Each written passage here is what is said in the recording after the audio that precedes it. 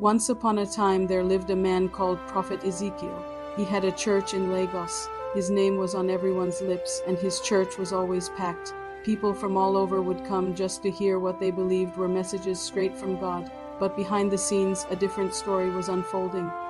Ezekiel wasn't hearing from God. He was getting intel from his network of prayer warriors, who were actually just spies. These spies would blend into the congregation, taking notes on everything.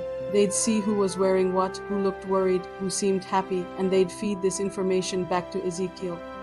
Then, during the service, he'd use this intel to deliver his so-called prophecies, making them sound incredibly specific and divine. Imagine this: Ezekiel points into the crowd and says, "Aha! I see someone in a green shirt. The Lord is telling me you're about to come into a lot of money this week."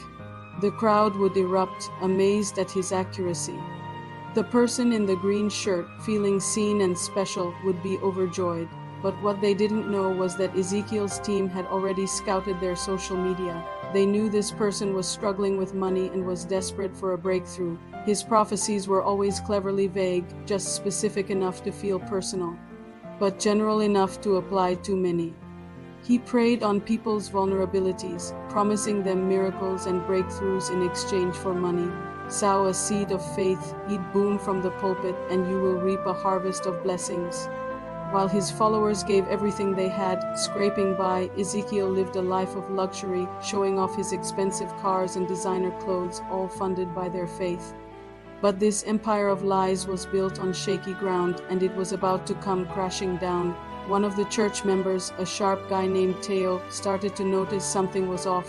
He saw a pattern. Every prophecy, every miracle, somehow always ended up benefiting Ezekiel financially. It was all about the money.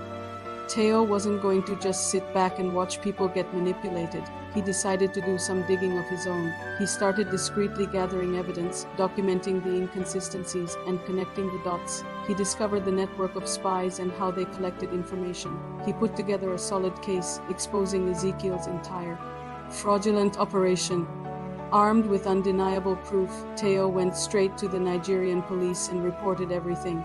The arrest of Prophet Ezekiel sent shockwaves through the community. The man they had revered as a spiritual guide was now exposed as a con artist. His lavish empire crumbled overnight, and his followers were left heartbroken and feeling utterly betrayed. It was a tough lesson, but for Teo it was also empowering. He had trusted his intuition, sought the truth, and learned a valuable lesson about telling the real from the fake. As Ezekiel's trial began, Teo didn't stay silent. He shared his story far and wide, warning others about the dangers of blindly following charismatic leaders. Without question, his advice was simple but powerful: always check the fruits of their ministry. If their message is constantly about money, power, and personal fame, you need to be very careful. In the end, Prophet Ezekiel lost everything to greed, finally facing real-world consequences for his years of deception. His story became a cautionary tale across the nation.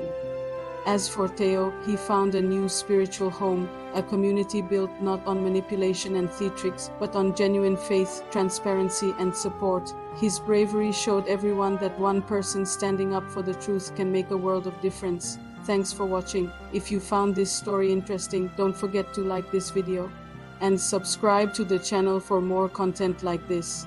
Stay discerning and stay safe.